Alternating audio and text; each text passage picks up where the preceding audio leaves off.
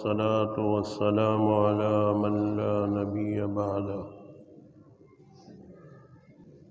أما بعد فأعوذ بالله من الشيطان الرجيم بسم الله الرحمن الرحيم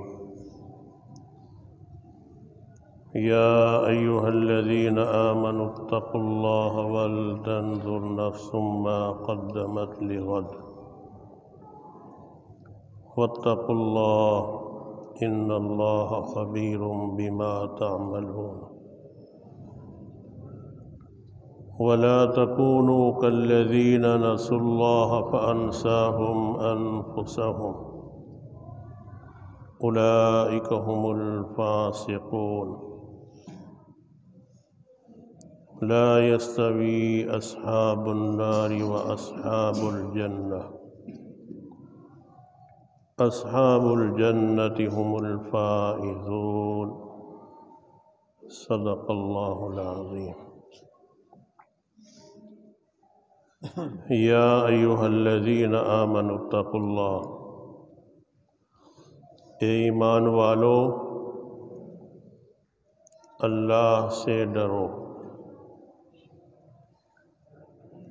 وَلْتَنْظُرْ نَفْسٌ مَا قَدَّمَتْ لِغَدٍ اور ہر نفس کو چاہیے کہ کل کے لیے آگے کچھ بھیجے واتقوا اللہ اور اللہ سے ڈرو ان اللہ خبیر بما تعملون بے شک اللہ تعالی خبر رکھتے ہیں جو تم کرتے ہو وَلَا تَكُونُوا كَالَّذِينَ نَسُوا اللَّهَ اور نہ ہو جاؤ تم ان لوگوں کی طرح جن کو اللہ نے بھلا دیا فَأَنْسَاهُمْ أَنفُسَهُمْ انہوں نے خود اپنے آپ کو بھلا دیا اولئک هم الفاسقون یہی لوگ بد کردار ہیں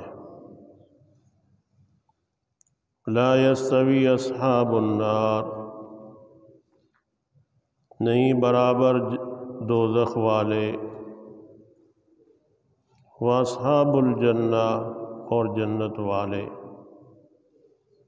اصحاب الجنت هم الفائزون جنت والے کامیاب ہونے والے ہیں اللہ تعالیٰ نے ان آیات میں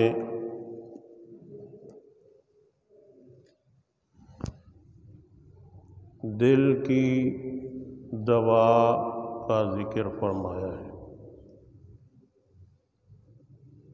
جو دوا کو استعمال کریں گے وہ کامیاب ہوں گے اور جو دوا کو استعمال نہیں کریں گے وہ ناکام ہوں گے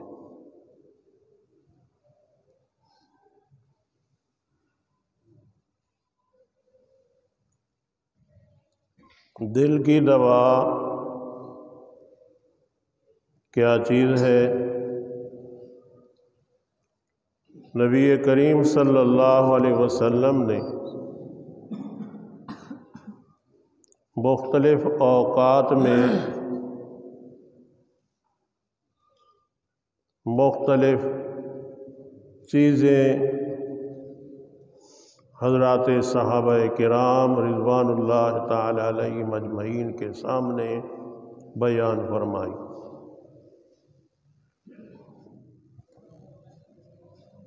حضرات صحابہ جناب رسول اللہ صلی اللہ علیہ وسلم کی تجویز کردہ دوا کو استعمال کرتے تھے اس لیے وہ ہمیشہ کے لیے کامیاب ہو گئے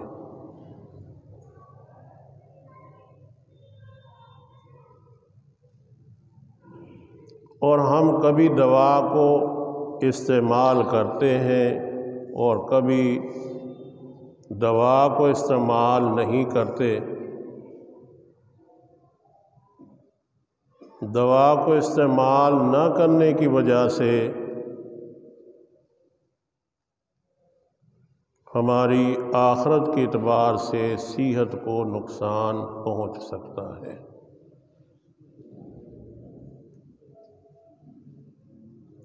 حضرات صحابہ کرام رضوان اللہ تعالی علیہم اجمعین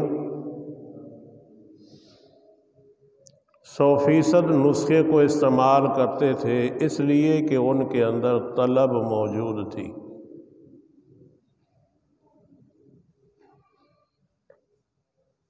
انہوں نے نبی کریم صلی اللہ علیہ وسلم کا کلمہ قبول بھی اس لیے کیا تھا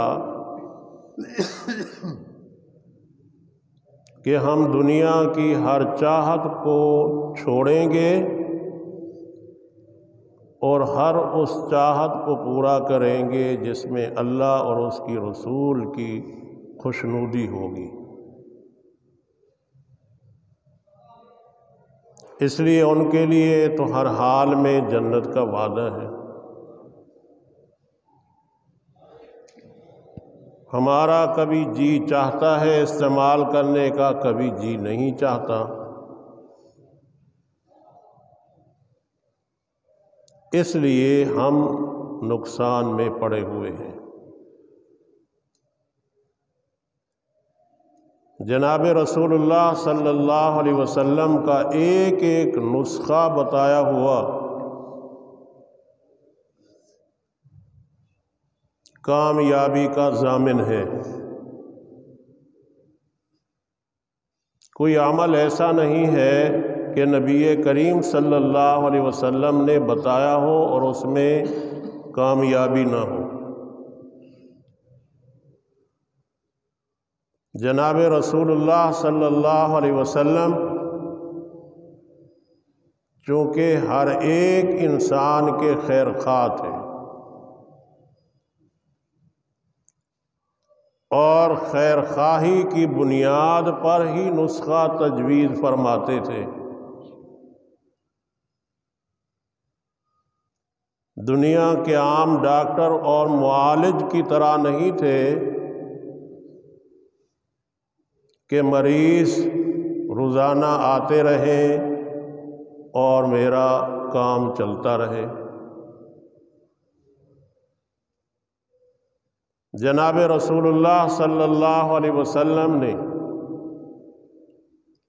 ہر ایک مریض کا مرض پہچانتے ہوئے مختصر الفاظ میں فرماتے تھے کہ آپ یہ عمل کریں، آپ کامیاب ہو جائیں گے۔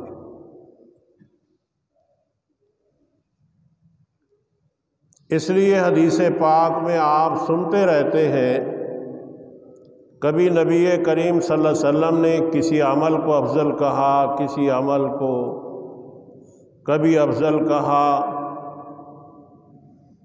کئی سارے اعمال ایسے ہیں جن کو جناب رسول اللہ صلی اللہ علیہ وسلم نے افضل کے لفظ سے تعبیر کیا ہے۔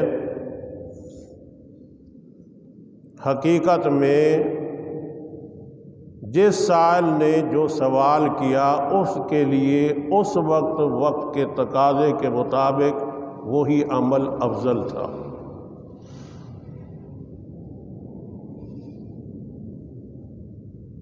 اور ہمارے لیے سب اعمال افضل ہیں۔ ہم جن جن اعمال کو کریں گے ان کی جو فضیلت جناب رسول اللہ صلی اللہ علیہ وسلم نے بیان فرمائی ہے اس کو ہم پائیں گے۔ قرآن کریم میں یہاں اللہ جل شانہ نے ارشاد فرمایا وَلْتَنْظُرْ نَفْسٌ مَا قَدَّمَتْ لِغَدٍ۔ نفس عربی زبان میں یہ نکرہ ہے۔ طالب علم جانتے ہیں نکرہ کہتے ہیں جو غیر معین چیزوں پر دلالت کرے، یعنی جن کی کوئی حد مقرر نہ کی گئی ہو۔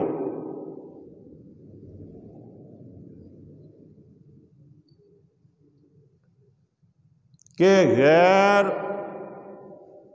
معین تعداد میں تم کل یعنی قیامت کے لیے اعمال کو بھیجو،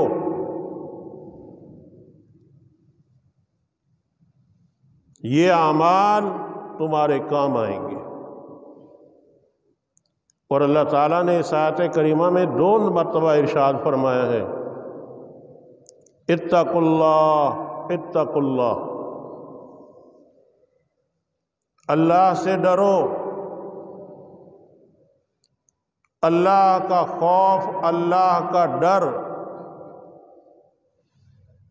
جب انسان کے دل میں پیدا ہو جاتا ہے، جناب رسول اللہ صلی اللہ علیہ وسلم کے بتائے ہوئے نسخے استعمال کرنا آسان ہو جاتے ہیں۔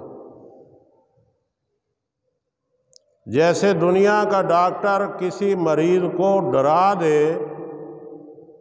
کہ اگر یہ دوا آپ نے استعمال نہ کی تو بس آپ کی جان نکل جائے گی، ختم ہو جائیں گے آپ، اس کو بھاری قیمت کی بھی کیوں نہ ملے تو اس کو خرید کرتا ہے تاکہ میری جان بچ جائے۔ اللہ کا خوف، واتقوا اللہ، اللہ سے ڈرو، اللہ کا خوف پیدا ہو جائے دل میں،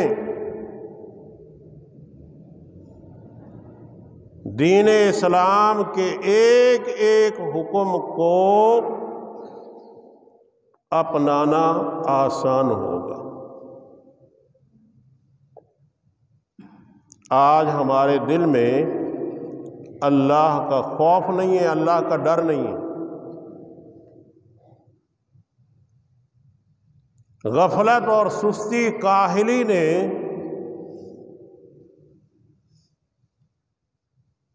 ہمیں اپنے انجام سے بے خبر کر دیا ہے۔ ہر ایک کہتا ہے اللہ بڑا غفور و رحیم ہے، تو اللہ تو غفور و رحیم اس وقت بھی تھا جب 1.25 لاکھ انبیاء علیہ السلام کم و بیش اس دنیا میں نہیں آئے تھے۔ اللہ غفور و رحیم شعیب علیہ السلام کی قوم کے زمانے میں بھی تھا۔ اللہ جل شانہ موسیٰ علیہ السلام کے زمانے میں بھی غفور و رحیم تھا، جب فرعون اور اس کا لشکر پانی میں ڈبکیاں کھا کھا کے مر رہا تھا۔ یہ اللہ کو کوئی ہم نے صفت نہیں دی، ابھی نہیں ملی اللہ کو یہ صفت غفور کی، معاف کرنے کی، تو پہلے سے اس کے پاس ہے۔ یا یہ ہو سکتا ہے پہلے والے لوگوں نے اس صفت کو سمجھا نہیں تھا، تب وہ باغی تھے، ہم سمجھ کر بغاوت کر رہے ہیں، جب سمجھ کے بغاوت کریں گے تو پھر ان سے بھی ہم زیادہ مجرم بنیں گے۔ ایک وہ ہوتا ہے جو گناہ کی حقیقت کو نہیں جانتا کہ اس گناہ کی سزا کیا ہے،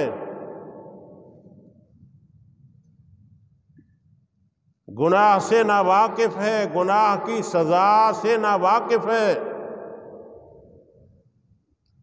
اور ایک سزا دینے والے سے بھی اتنا واقف ہو گیا ہے، کہتا ہے کچھ بھی کر لوں تو مجھے معاف کر دے گا۔ یہ سب سے بڑا باغی ہے۔ اللہ جل شانہ نے یہاں ایمان والوں کو خطاب فرمایا، یا ایھا الذین آمنوا اتقوا اللہ، ایمان والو اللہ سے ڈرو۔ وَلْتَنْظُرْ نَفْسٌ مَا قَدَّمَتْ لِغَدٍ، اس لیے تمہیں ڈرایا جا رہا ہے کہ دنیا کو تم نے چھوڑنا ہے، ایک اور مقام ہے، وہاں تمہاری حاضری ہوگی، کوئی بھی اس دن حاضری سے رہے گا نہیں۔ یہاں تو ہم رہ جاتے ہیں نا، کبھی کوئی مشکل واقعہ پیش آئے، مشکل کام، غائب ہو جاتے ہیں، جی معذرت کر دیں گے، وہاں معذرت کی کہانی نہیں چلے گی، ہر ایک کی حاضری ہوگی۔ اللہ فرماتے ہیں ان اللہ خبیر، مجھے ہر ایک کی خبر ہے، کوئی ایسا انسان نہیں ہے جس کی خبر مجھے نہ ہو۔ بما تعملون، جو تم کرتے ہو، جو بھی تم کرتے ہو، اچھائی کرتے ہو، برائی کرتے ہو، میں اللہ کو اس کا علم ہے۔ واتقوا اللہ، اللہ سے ڈرو۔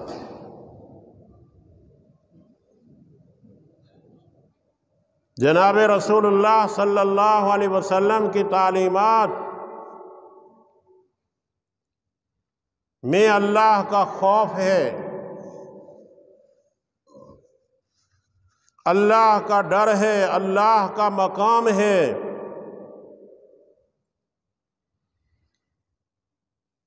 آج کے دور میں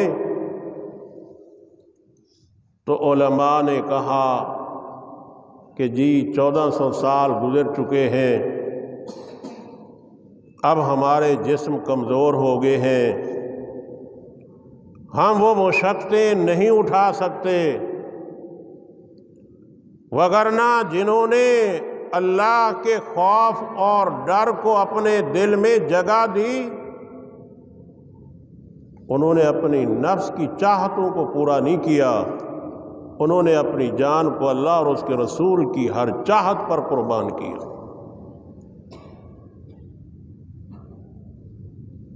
حضرت مالک بن دینار رحمۃ اللہ علیہ کے بارے میں آتا ہے،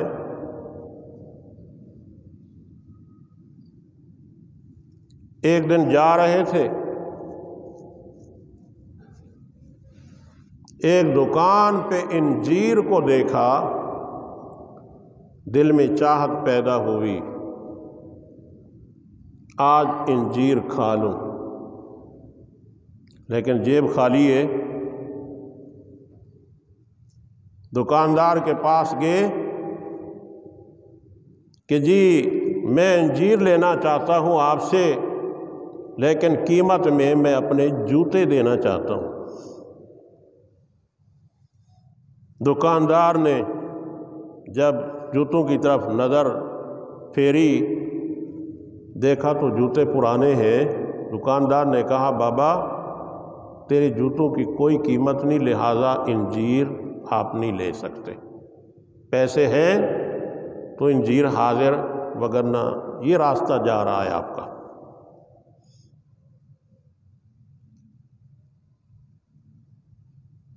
بابا جی نے راستہ لے لیا، جا رہے ہیں، کوئی اور جاننے والا کھڑا تھا، وہ دکاندار کے پاس دوڑتے ہوئے آیا، کہنے لگا ارے اس بابا نے کیا مانگا؟ کہتا ہے بابا نے انجیر مانگا اور قیمت میں کہنے لگا یہ میرے پرانے جوتے لے لو۔ اس نے کہا تجھے پتہ نہیں ہے یہ مالک بن دینار ہے، اللہ کا ولی ہے، آپ اس کو نہیں جانتے؟ اس نے کہا یہی مالک بن دینار ہے۔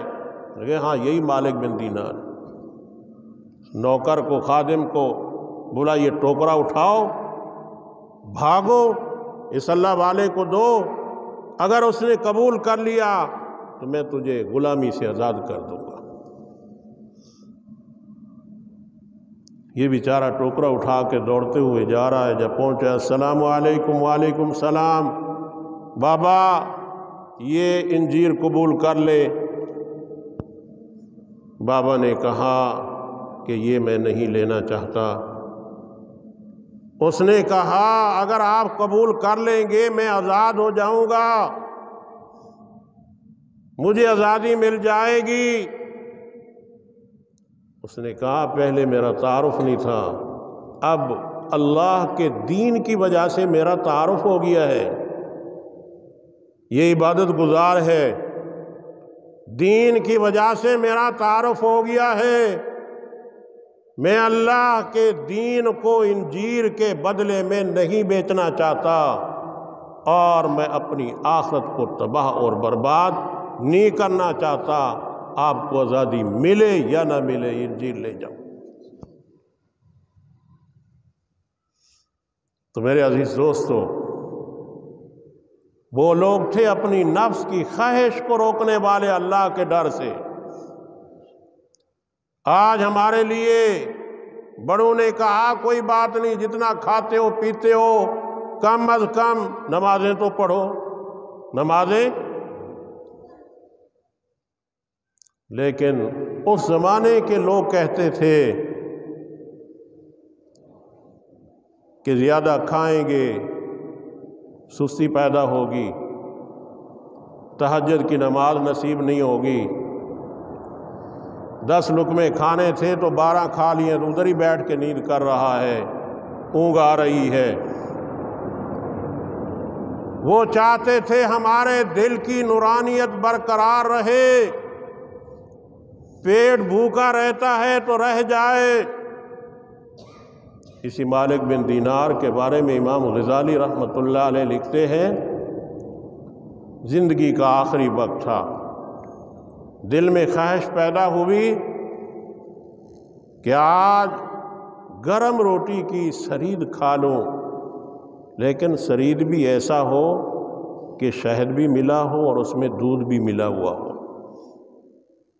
خادم کو کہا، خادم نے ماشاءاللہ انتظام کیا، جب لے آئے تو اس سرید کو ہاتھوں میں لیا، کہنے لگے سرید تو کیا چیز ہے، 30 سال تک تو میں نے اپنے نفس کی خواہش کو روک کے رکھا، کیا آج میں اپنے نفس کی خواہش کو نہیں روک سکتا؟ اس پیالے کو رکھا اور کلمہ پڑھتے ہوئے اللہ کی طرف روانہ ہو گئے۔ آج ہم اپنے نفس کی ہر خواہش کو پورا کرتے ہیں۔